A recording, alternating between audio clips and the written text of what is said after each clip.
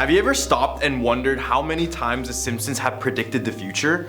From faulty voting machines that could have changed the whole US election to horse meat content in our own food, The Simpsons seem to have a profit working for them. Starting our list right at number 10, we have the God particle. There was a major breakthrough in 2012 called the Higgs boson, better known as the God particle. This explained how everything in the universe has a mass. However, it seemed that Homer Simpson discovered it well before 2012. Guess you can call him a genius. Because in a 1998 episode in season 10, Homer turns his attention to becoming an inventor, taking inspiration from Thomas Edison's life story. Surprisingly, during his time in the lab, Homer accidentally predicts the mass of the Higgs boson, or the God particle, as seen in the picture with his representation of donuts. So is the God particle a donut? Well, not exactly. According to scientists, if you work out the equation, you get the mass of a Higgs boson that's only slightly larger than the nanomass of the actual Higgs boson. Another scientist named Simon Singh claimed that the equation is a playful combination of various fundamental parameters like the Planck constant, the gravitational constant, and the speed of light. So I'll be the first to say it, Homer is not the scientist we want, for specific reasons, but he's in fact the scientist that we need. Coming at number 9, we have the 2013 horse meat scandal. Season 5, episode 19, in the episode Sweet Seymour Skinner's song that aired all the way back in 1994. Seymour gets fired due to pranks caused by Bart Simpson, with Flanders of all people replacing the principal. In a quick visual, we see lunch lady Doris rummaging for horse parts in a barrel to add to the school lunch. Attention! Horse meat is back on the menu, boys. It's no surprise since we've seen Doris do much worse things like date Hans Molman or getting it on with groundskeeper Willie. Fast forward 19 years and the Safety Authority of Ireland discovered horse DNA in over 1/3 of beef burger samples from many supermarkets and ready meals all around the world. This would be known as a 2013 horse meat scandal. Guess horse racing is slowly changing into horse eating. At our number 8 spot, we have a baby cry translator. Season 3, episode 23. In the episode Brother Can You Spare Me 2 Dimes that aired all the way back in 1992. Homer's long-lost brother, Herb, helps create a device that could translate baby cries into real words. This device would have the ability to translate an infant's gibberish into full English sentences. Imagine if this could be done. Oh wait, it did. Fast forward 24 years, in 2016, Taiwanese scientists developed an app that could distinguish different crying sounds of a baby and translate into more common speech. Researchers said that the app can immediately decode a baby's crying sound within 15 seconds. So if you ever want to have a full-blown conversation with a baby, your time is now. Tragically, at our number 7 spot, we have the Seafried and Roy tiger attack. Sefred Fishbasher and Roy Hearn, the famous Vegas performers who worked with big game cats, were parodied by the show in 1993. The Simpsons predicted the horned tiger attack 10 years before it actually occurred. In the season 5 episode Springfield, Homer and Ned Flanders travel to Las Vegas where they meet Gunther and Ernst, which is basically a parody of Siegfried and Roy. Near the end of the episode, one of the duel's white tigers is shown attacking one of the performers. Then, 10 whole years later, in 2003, Horn actually suffered a career-ending injury after a tiger attacked him during a show. The prediction from afar seems remarkable, but the Simpsons production crew dismissed it by saying that it was bound to happen. Guess they spoke tragedy right into existence, and they were so right about it. With our number 6 spot, we have the faulty voting machines. Season 20, episode 4, which aired in 2008, Simpsons showed Homer trying to vote for Barack Obama in the US general election, but a faulty machine changed his vote. It showed Homer's vote change from Obama to his political rival John McCain. Now 4 years later, after the episode in 2012, Obama was up against Republican Mitt Romney. There was someone in Pennsylvania who filmed themselves voting, showing that the machine they were using was broken. Just like in the episode, the machine would switch the Obama picks with Mitt Romney picks. Right in the hump of our list, we have autocorrect. The Simpsons supposedly predicted the autocorrect feature in a 1994 episode. This feature wasn't invented until 2007. In this episode, Bully Dolph wrote the memo, "Beat up Martin" on his Apple Newton. Then the text autocorrects to "Eat up Martha." When Apple worked on the iPhone keyboard in 2007, rumors say that the engineers knew what they needed to get right, and that was the autocorrect feature. Could this be influenced from the show, or did the Simpsons predict yet another incredible technological feat? Coming in at number 4, we have a Nobel Prize. In season 22, episode 1, which aired in 2010, it showed Homer, Lisa, Milhouse, Martin, and others putting a pool together to bet on who would win the Nobel Prize for Economics, Chemistry, and other categories. We got to see the Nobel Prize for Economics get announced, and while Jagdish Bhagwati won the fictional award on the animated TV show, Milhouse actually casted his vote on Bengt Holmstrom, previously shown on the paper. The thing is, he actually won the Nobel Prize 6 years later after the episode aired, which makes us rethink what's true at this point. Could Milhouse be the one behind Simpsons' predictive powers? Who knows? All the way at our number 3 spot, we have Canada legalizing weed. In a 2005 episode called Midnight RX, filmed during the show's 16th season, character Mr. Burns starts a chain reaction making prescription drugs affordable in Springfield, Illinois. Because of this, Homer and Grandpa Simpson started smuggling cheaper drugs from Manitoba, Canada, and found out that they were praised as heroes. On one of their future runs, they were joined by Apu and Ned. While in Canada, Ned meets a Canadian version of himself, set with a curly afro, but instantly starts taking a disliking to him after the counterpart tries to sell him a reeferino, which was legal there. Remember, this was back in 2005 where marijuana legalization wasn't even thought of. Then, fast forward 13 years later, in 2008, the prediction came true. Canada made cannabis legal in all provinces and territories. Time to add one more correct prediction in our list. All the way at our number 2 spot, we have FaceTime. Season 6, episode 19, which aired all the way back in 1995, Simpsons seem to have predicted commercial video calling. Remember, this is 1995. These were pre-internet days, and in this episode they show Lisa time travel to a time when she's having a face-to-face online chat with her mom, Marge, which was virtually impossible at the time. Oddly enough, 15 years later, Apple re-announced their new and revolutionary FaceTime. But I don't really know what's so special about lagging out every single 2 minutes. But what about Skype?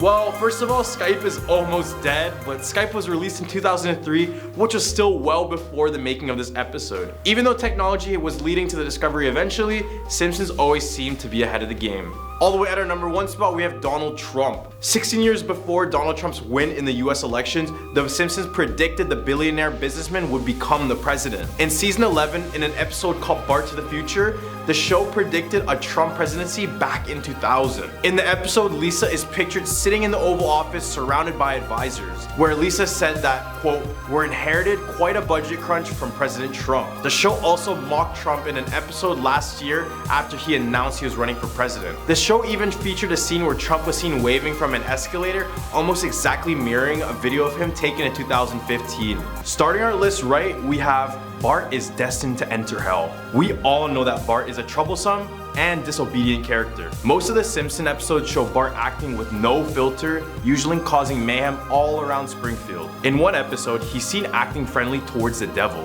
This is something worth mentioning because throughout the whole show, we see that Bart has trouble listening to others, but when it comes to the devil, he is all ears. In all past depictions, the devil is able to see into the future, so approaching Bart shows that someday he will join him in hell. Coming in at our number 9 spot, we have Bart puts Homer in a coma forever. In season 4, episode 18, we see Bart trying to play a prank on Homer by shaking up his can of beer, except it goes very, very wrong. The beer explodes and puts Homer in a coma. This is where Reddit user Hard to Pick a Name, well, he claims that Homer has been in this coma for the remainder of the whole show due to Bart's devilish pranks. Like, I mean the whole show, from seasons 4 to 33. The season 4 episode ends with Homer waking up and choking Bart, but it all seems a little too sudden.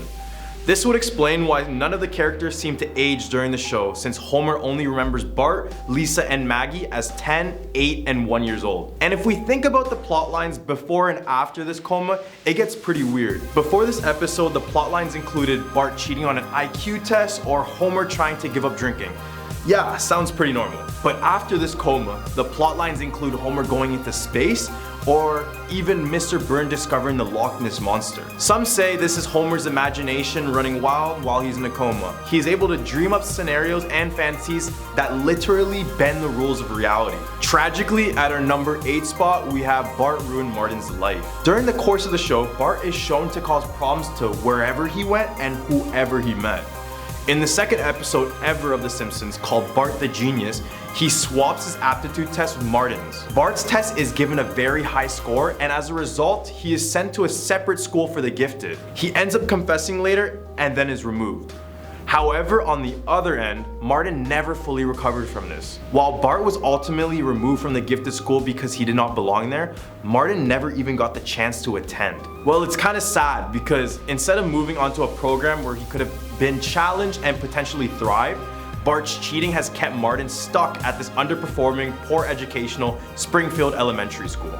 To our surprise, at number 7, we have Bart is a stonecutter. In the 12th episode of the 6th season, Homer the Great, we're introduced to the secret organization, the Stonecutters. The Stonecutters are a group of people who value greed, power, and privilege. So it's not really hard to believe that Bart is a part of this one. A Reddit user by the name of Ty Piper coined this theory. He stated that in order to become a stonecutter, you must either be the son or save the life of one. In one episode, Bart donates his blood to Mr. Burns, which saves his life, which makes Bart an immediate candidate. Have you ever wondered how Bart receives barely any sort of punishment for the mischievous deeds he does? Well, it seems that Principal Skinner is a stonecutter himself. And if that wasn't enough, Grandpa Abe is also a stonecutter, which makes both Homer and Bart eligible to join. Bart just seems like a perfect candidate, and despite the fact that you don't see him in the table of stonecutters, it's simply because they don't need to be present. Especially since he's a child after all. You may have heard this one, but at number 6 we have Dead Bart. While characters on the show rarely die, apart from Maud Flanders, one early episode from the series sees Bart bite the dust, according to some intense fandom chatter. The rather grim theory floating around suggests that there is one unaired episode out there titled Dead Bart, in which the eldest Simpson kid was killed after being sucked from an airplane. But it's also been debunked by some as a simple creepypasta story. The show's producers also named an episode Bart's Not Dead, which kind of poked fun at this theory. There's also some grainy footage circulating around the internet, which some diehard fans may use as evidence. But this theory is not backed up with that much evidence as the others in this list. Right in the hump of our list, we have Bart has ADHD. Bart is not your regular 8-year-old. His actions are much different than you'd see from a regular kid his age. From consistent pranks to blowing up Springfield multiple times, Bart's brain would be an interesting piece for psychologists to study. And that's exactly what they did. And after deep investigation, they came to the conclusion that Bart has ADHD. For example, in the first episode of season 2 called Bart Gets an F, he gets easily distracted by video games and television, which accounts for his bad grades and missed family announcements. This distraction affected his grades so much that he needed to repeat the 4th grade. On top of this, Bart has shown many signs of deceitfulness, serious violations of the rules, and deliberately annoys people. Bart also talks excessively and is unable to stay quiet most of the time. And guess what? These are all signs that Bart has ADHD. Well, I'm not trying to say that bad grades equals ADHD, but a combination of his actions and his motives show clear symptoms of the disorder. You wouldn't believe what we have at number 4, and we have that Bart is actually a genius? According to Reddit user Kirby Clock, everyone in the Simpsons family is a genius, including Bart. In season 9, episode 17, we learn about the infamous Simpson gene, which claims that Simpsons males get increasingly dumber as they age, while the women don't get affected at all. This would explain why Bart and Homer are troublemakers with little to no logic behind their actions. Then in season 12, episode 9, we learn that Homer would actually be an intelligent man if he didn't have a crayon lodged up his nose and near his brain. With the crayon removed, Homer's IQ goes up a total of 50 points. Despite his newly profound intelligence, Homer decides to put the crayon back in hopes to avoid debates and arguments with his friends and the community. Bart ties into this because he makes a similar decision. Even though his dad is dumber than ever, he is actually a happy person. Bart is said to follow this path of dumb happiness from his father, because sometimes being happy is better than being smart. However, you can see glimpses of his intellect through his well thought out and clever pranks. Basically, Bart is aware of his intelligence but denies it to avoid a deep depression like his father. All the way at our number 3 spot, we have Bart exploits allergies. We all know Bart as a troublemaker, but this one seems a little bit too dark. Exploiting someone's allergies is not only cruel, but you know, it can also cause death, making Bart a potential murderer. After his school bans peanuts, an annoyed Bart discovers that it's not a student with this, but it's in fact Principal Skinner. We know how much Bart likes to prank the principal, so he decides to take full advantage of this opportunity. He places a peanut on a stick and shoves it in Skinner's face. He uses the stick to bully the principal in many ways, such as hurling beer cans in his direction, and even forcing him to do the classic writing on the blackboard. This is one of the cases where Bart just went a little bit too far. At our number 2 spot, we have Bart created the Hypnotoad. Let's switch shows for a second. Do you remember the Hypnotoad in the Futurama universe? Because according to Reddit user Cole Burns, the Hypnotoad would have never existed if it wasn't for Bart Simpson. In season 6, episode 16, called Bart vs. Australia, Bart decides to release an invasive species of frog into the wild. We see many instances of this frog around the Simpson universe as well, including a 2056 election and with Lisa in the beginning of a Treehouse of Terror episode. The general idea is that at some point after the toad was introduced to the land down under, it adapted into its future form. This is pretty crazy because this would mean that these two shows coexisted in the same universe. Taking our number 1 spot in our list, we have the evil twin. In the first episode of season 8 named Treehouse of Terror, we are introduced to Bart's twin Hugo II. However, his twin brother was much more evil and sinister than Bart himself. In this episode, Bart, Lisa, and Maggie discovered Hugo after they heard strange noises coming from the attic, and after Homer spilled the beans about there being 4 Simpson children. As the evil twin,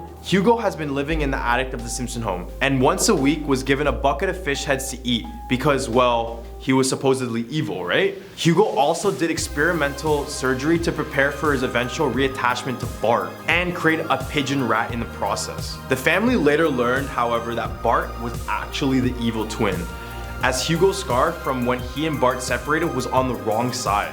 Bart then took Hugo's place in the attic and was fed fish heads, while Hugo was moved downstairs to live with the family. Starting off this list at number 10, we have Kamala Harris becoming president. So in season 11, episode 17, Lisa wore a purple suit with pearls as she was announced as being the president in an episode that was based on the future.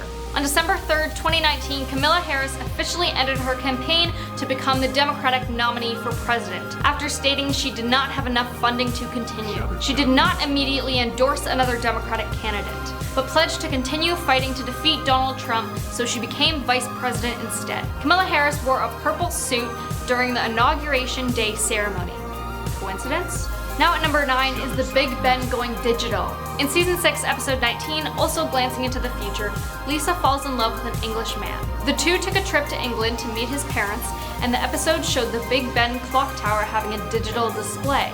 It reappeared 17 seasons later next to the St. Beatles Cathedral in the Holidays of Future Past episode. The Big Ben in fact hasn't rang and has been silent since 2017 for repairs, but are they going to be making any new additions?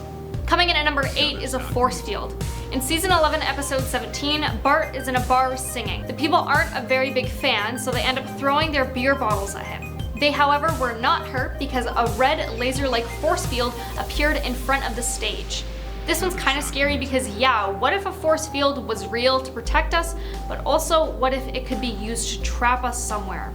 An aerospace and defense company recently earned a patent for its first ever force field.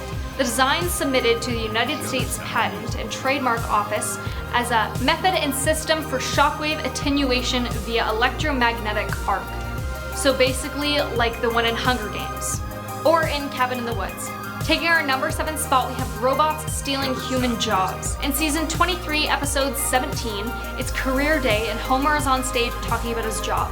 The presenter talks about how all these jobs that people have could be replaced by robots, so they wouldn't have to do it. Obviously, for some jobs, people still have to be involved, but they've already developed machines to do a person's job. Those are machines, but it could be full robots one day like in The Simpsons. Moving on to number 6 is a hologram. In season 11, episode 17, Bart gets a knock at the door, and it's what looks like a mailman delivering him a hologram message. Now this seems cool and all, but what if holograms got really far developed and they were so good that we couldn't tell what's real and what's fake? Like in Spider-Man Far From Home, when the drones and Mysterio were creating a whole hologram around him, and he didn't know what was real. Researchers have created holograms that change from one image to another, something that could one day lead to the development of animated holograms. Halfway at number 5, we have virtual food. In season 11, episode 17, Homer and Marge are sitting at the kitchen table having virtual food. They say it doesn't taste very good, but eat it anyway. They're wearing what looks like a VR headset, but they have a black tube in their mouth that they are chewing on. I mean, we do have VR, so how really far off are we from developing something like that?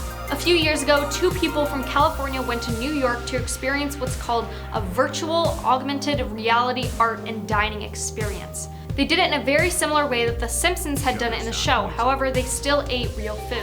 I guess virtual food is still a ways away. Now at number 4, we have Ivanka Trump runs for president. In season 28, episode 4, The Simpsons made a subtle point suggesting that the first daughter, Ivanka Trump, would run for president when Homer wore an Ivanka 2028 pin. Later in the same episode, it showed Ivanka taking over Ruth Bader Ginsburg's position on the Supreme Court. The episode was released in 2016, and Donald Trump didn't assume office until January 2017, so I guess they actually predicted Donald Trump's presidency. But say she did run against her father. Could it have come true? Here at number 3, we've got Living on Mars. In season 27, episode 16, Marge isn't happy when Lisa volunteers for a one-way trip to Mars. So Marge volunteers to go with her. The idea behind the exploration is to colonize Mars before 2026, a date that moves up to the end of the week. The takeoff fails, but Lisa and Marge make it to Mars in 2051, only for Lisa to announce she wants to move to Venus. Elon Musk's SpaceX is currently developing a plan for Mars-bound cargo flights for as early as this year, but to fully colonize Mars would require an out-of-this-world budget. And we are already halfway through the year, and they haven't yet. Coming in at number 2 is Hoverbus. In season 11, episode 17, we see a few second clip of what looks like a city bus going by, but it's hovering just above the ground and it sounds electric. Now electric vehicles, that's something that's already been done, but not hoverbuses, or at least not yet. Chinese engineers were inspired by the inconveniences of traffic jams in the city and thought of a way out. They invented a hoverbus. Not exactly like the one in the show, but quite similar. A model of the transit elevated bus was inaugurated at the 19th China Beijing International High-Tech Expo. Now personally, I don't know how safe I'd feel with a hoverbus. What if it malfunctions and starts going up higher and higher and higher, and then it loses power and drops out of the sky? Or if you're crossing the street and it doesn't see you and goes by and chops your head off. I mean, maybe not, but like, we don't know. Now taking our number 1 spot is Bigfoot. In season 1, episode 7, while on a camping trip, Homer is mistaken for Bigfoot after falling into mud and is captured by scientists for observation. But it was really Bart who encountered the real Sasquatch in 2002 while exiting a bus in Canada. I mean, Bigfoot being real, I'm not too sure, but then again, what can we really say about photos like these?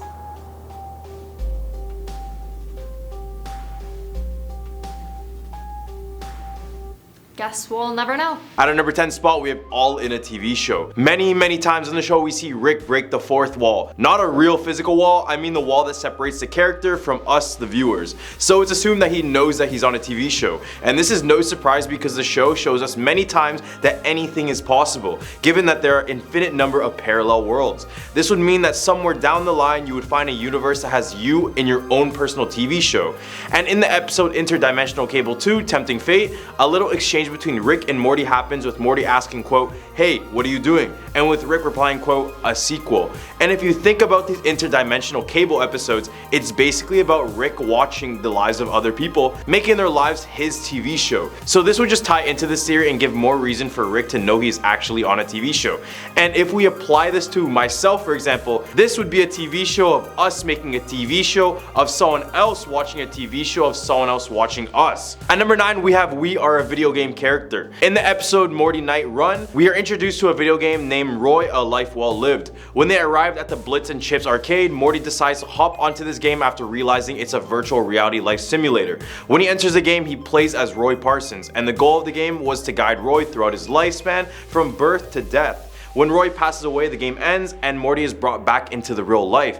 So basically, he's lived out an entire lifespan of someone else. So this brings up the question, what if we were all in a video game? And more terrifying, what if we were all being played by someone else without us ever knowing?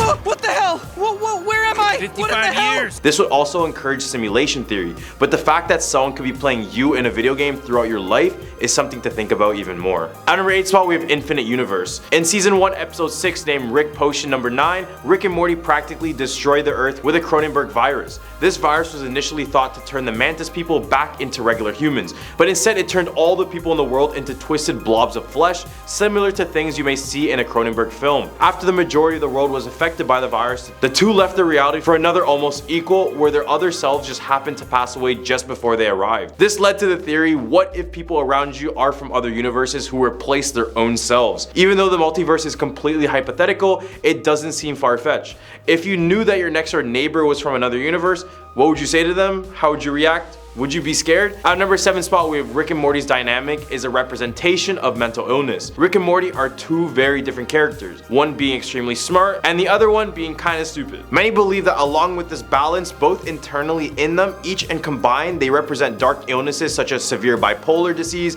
alcoholism, insanity, and many, many more.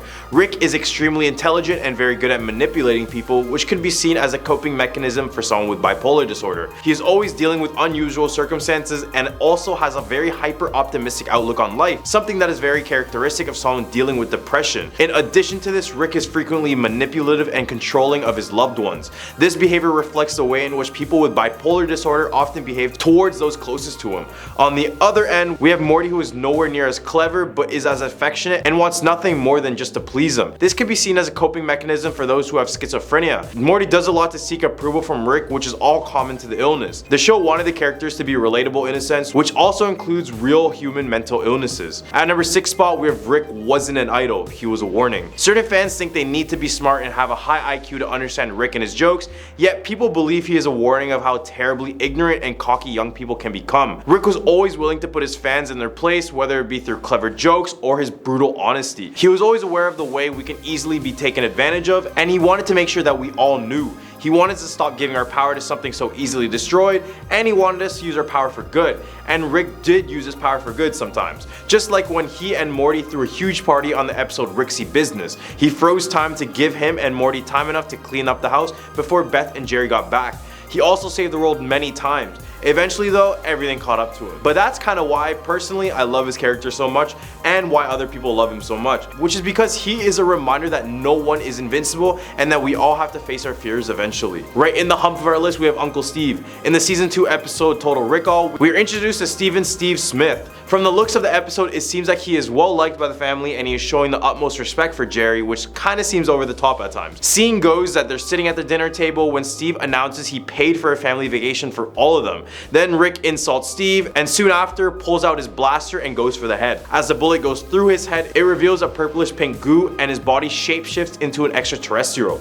Rick explains that they are a telepathic civilization that embed themselves in memories and multiply more of them on Earth. So what if there was an alien race living among us? I mean, after the photos of the James Webb Space Telescope that were recently revealed, it's just astonishing to think how large the galaxy is and to think there's so much more. There is zero chance we're the only ones out there. So aliens probably exist, but them living among us is a different story altogether, which makes this theory much more scarier. We had UFO sightings, encounters, but what if one tiny green alien managed to fit right into our society, just waiting for his opportunity to strike? At our number 4 spot, we have Enter Into Our Dreams. In just the second episode ever released from Rick and Morty, named Lawnmower Dog, we are introduced to a concept similar to the blockbuster movie Inception. I remember watching Inception for the first time as a kid and coming out of that movie with zero knowledge, so props to Rick and Morty for giving homage. Kind of. In this episode, Rick creates a device that enables you to go inside someone's dream. A Freddy Krueger parody named Scary Terry would go into people's dreams and turn them into nightmares. But when Rick and Morty enters his dreams, they alter the way he acts towards people. As well, they did this for Morty's math teacher in order to give himself a better grade. So what if we lived in an Inception / Freddy Krueger universe where dreams could be entered? The thought of it is terrifying. The fact that we can't control our dreams and the fact that someone can just manipulate our thoughts in our dreams without us doing anything at all doesn't sound too nice. There's already a concept of lucid dreaming, which is when we are aware that we are in a dream and can freely move and manipulate our surroundings at will. So imagine that, but someone else in your dreams. instant headache. All the way at our number 3 spot, we have every episode is a different Rick. A fan theory found online suggests that the Rick that we are watching on the show as of now is not the original Rick.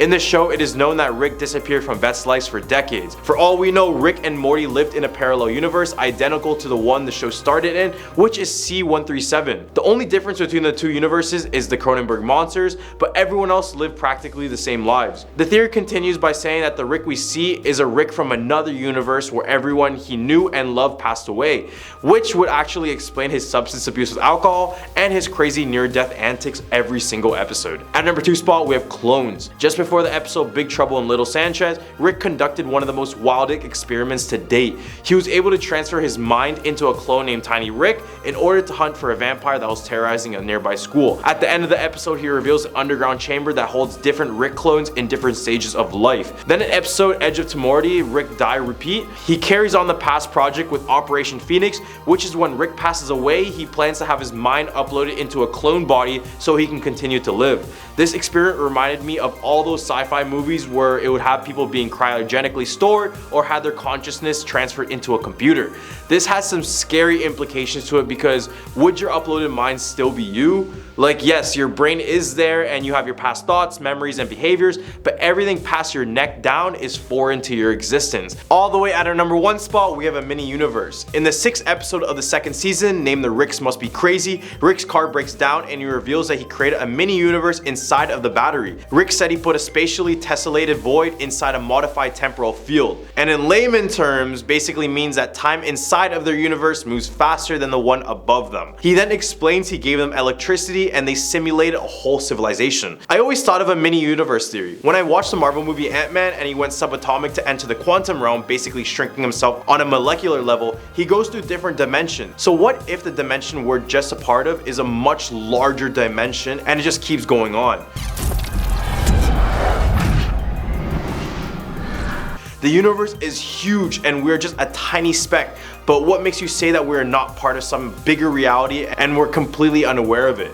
Big food for thought. At number 10 spot, we have Wile E. Coyote is in hell. Reddit user Sodi MC Doty has a theory that Wile E. Coyote is trapped in hell in a never-ending cycle of gluttony and emaciation. They begin to compare Wile E. Coyote's situation in Greek mythology, specifically the tale of Tantalus. In the tale, Tantalus was tormented by Tartalus by being placed in a river that would recede wherever he stopped to drink, and below branches with fruit that would rise wherever he tried to reach up. Wile E. Coyote, like Tantalus, is trapped in an eternal cycle of false hope and a brutally painful sense of reality. In the show, Wile E is always trying to track down the Roadrunner, but every time he gets close, he fails.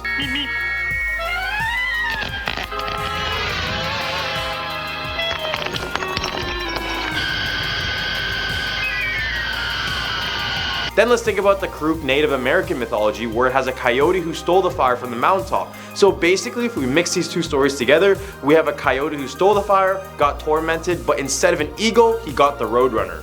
So he is in everlasting hell. At number 9 spot, we have every episode has different characters. Reddit user If I Am Seen, I Am High believes when audiences watch Looney Tunes, they're actually looking at a separate and distinct multiverse in every single episode, similar to the multiple universes in Rick and Morty. This user realized there was little, if any, continuity between episodes. For example, in a 1954 Looney Tunes short, the arch nemesis of Bugs Bunny, which was Yosemite Sam, was a pirate looking to terrorize the 7 seas. I'll keel-haul you for this. Yoo-hoo, Mr. Pirate! But in all other episodes, he is a mercenary wielding his infamous 2 handguns. Namby-pamby. Now all of you skunks clear out of here. This is by far the only time this happened. Sylvester the cat is shown to live and be raised by his granny, but in other episodes, he is seen living as a stray and has a son. This would explain the weird jumps in times as well, such as the times when Bugs Bunny goes back into medieval times. The king! At a number 7 spot, we have the 7 Deadly Sins. What's a TV show without representing the 7 Deadly Sins? Starting with lust, we have Lola Bunny. In the show, Bug's lust for Lola has always been known and vice versa. But for many other fans, lust should be rewarded to Pepe Le Pew, and I don't think I need to explain that one. The Tasmanian Devil is gluttony because of his never-ending hunger for anything that runs into his path, and it's all to blame for his short temper and little patience. Foghorn Leghorn represents sloth just from the way he uses everyone on the show to do various things for him. Yosemite Sam Sam is wrath, as he will literally shoot anything that moves. Bugs Bunny is pride because he knows he's able to outwit anyone on the show, including the moments with Elmer Fudd, where he would go through the most outrageous incidents with him only to come out on top. Be very, very quiet. I'm hunting rabbits. Wile E. Coyote is envy because of the fact he's always trying to catch the Roadrunner. He is simply envious of his life since Roadrunner seems carefree most of the time. And finally we have Daffy Duck as greed. This one shouldn't be a surprise since he has an addiction to material possessions. At number 7 we have Bugs Bunny murder Hugo. A now deleted Redditor theorized that Bugs Bunny may have committed homicide in at least one incident. In the 1946 animated short Racketeer Rabbit, Bugs encounters two ruffians named Rocky and Hugo. When he stumbles upon their hideout in an abandoned farmhouse, Hugo is told to take Bugs, quote, for a ride, which implies that he was going to get rid of the rabbit. The episode continues with Bugs and Hugo going on a car ride, with only Bugs coming back. Hugo is never seen again. Bugs then says that he will no longer be bothering them, making this fan believe that Bugs took it on his own to commit the crime. This is no surprise because Bugs is known to do some violent acts in the show. Don't believe me? Watch this.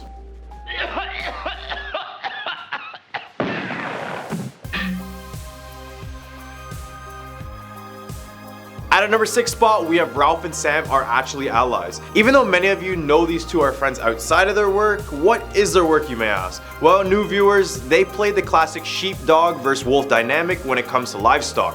Wolf eat, sheepdog protects. Got it? Get it? Understand it. When they work, they become enemies, with Ralph trying to eat and capture the sheep that Sam is trying to take care of. But if we really think about it, Ralph never ate any of the sheep but only kidnapped them. Reddit user Isaiah Reed proposes that the reason is because they are both hired from the same person to keep the sheep in line. This would explain their work, them clocking in, but this would also explain why the sheep never stray too far away, because they depend on Sam's protection. Basically, it's all a gimmick to keep these sheep doing sheep things. In the hump of our list, we have Bugs Bunny, who was raised in a lab. I really don't know what to feel about this one. It's no surprise Bugs is one of the smartest characters in the Looney Tunes. Like countless of times we see him do the impossible, showing his invincibility, his extreme wit, and is smart enough to break the fourth wall, which is when he talks to us viewers. So how did this all come to be? Some fans suggest that Bugs was actually raised in a lab. Hear me out. This would explain why he calls everyone Doc. What's up, Doc? And the fact that he can get out of any situation just shows how resilient he needed to be when he was having these tests done in the lab. This would also explain his desire to tunnel long distances, because at one point his life depended on it. And surprisingly, the same fans believe Elmer Fudd is actually a lab agent disguised as a hunter to hunt down the rabbit that escaped. At number 4 spot, we have Porky Pig was abused. In the earlier episodes of the show, Porky would be shown to be a confident fellow, especially in his famous disputes with Daffy Duck, but as the episodes went by, the confident pig now turned into a fragile pig that allowed every character to walk over him. Now fans dug into this theory as well. They suggested that Porky developed his infamous stutter after growing up his whole life in an abusive household. So this is why after his constant fights with Daffy, it said that it slowly triggered him and reminded him of the past abuse that was done to him, otherwise known as PTSD. Now as we see him, he is just some guy that everyone likes to pick on and may suffer from self-esteem issues altogether. At number 3 spot, we have Daffy Duck is suffering from brain damage. A Reddit user by the name of Brad and Best investigated a 1938 short named Daffy Duck and Egghead, which also happened to be one of Daffy's first appearances. In the short, he would sing his very own version of Merry Go Round that explained a tragic backstory despite its uplifting performance. The song went, "My name is Daffy Duck, I worked on a merry-go-round, the job was swell, I did quite well, till the merry-go-round broke down. The guy that worked with me was a horse with a lavender eye, around his whirls we winked at girls till the merry-go-round broke down. Up and down and round we sped, that dizzy pace soon went in my head. Now you know why I'm dizzy." As we could tell, this song tells us that Daffy suffered from a brain injury, that he worked at a carnival, and he was in charge of the merry-go-round ride there. So during one shift, he was careless and became a victim of a careless workplace condition. And we see this in the character to this day. Like, I mean, he's pretty smart in some cases, then he shows us his short-term memory loss in another, let alone his trouble with communicating. This theory is not much of a theory, but probably a given. At number 2 spot, we have Bugs Bunny is actually dead. Throughout the show, Bugs Bunny evolves a lot as a character, and sometimes these changes are very drastic. The theory where I mentioned that the characters we see now aren't the original kind of ties into this one. But more specifically, this one is about the death of Bugs Bunny. Fans suggest that Elmer Fudd had actually caught and executed Bugs Bunny, and the one we see now is just Bugs' son that goes by the same name. This could explain why the two are always seen fighting the whole time, and this current Bugs is aware of the tactics Elmer uses because of his own father. At number 1, we have more death. Reddit user Clifford Monroe watched the 2011 Looney Tunes episode named Sempier Lies, where it has Bugs Bunny lying to Porky Pig about helping his fake sister Viola move to Albania so he isn't forced to attend a boring festival that Porky enjoys. Bugs is eventually forced to dress up as this phony sister and boards a plane to Albania. We see in the beginning of the episode that Bugs is reading a newspaper that says US spies imprisoned in Albania, and when Bugs arrives at the Albanian airport and gives the airport personnel his passport while dressed as a woman, they mistake him for a spy. So basically, Bugs gets booted into a prison and meets an elderly white man in the cell next to him. Then fast forward into a year and Daffy Duck storms the prison and rescues Bugs, but the old man is nowhere to be seen. Since it was a terrible prison, this user claimed that the man had probably died of old age or even worse, malnourishment, which is pretty dark for the show.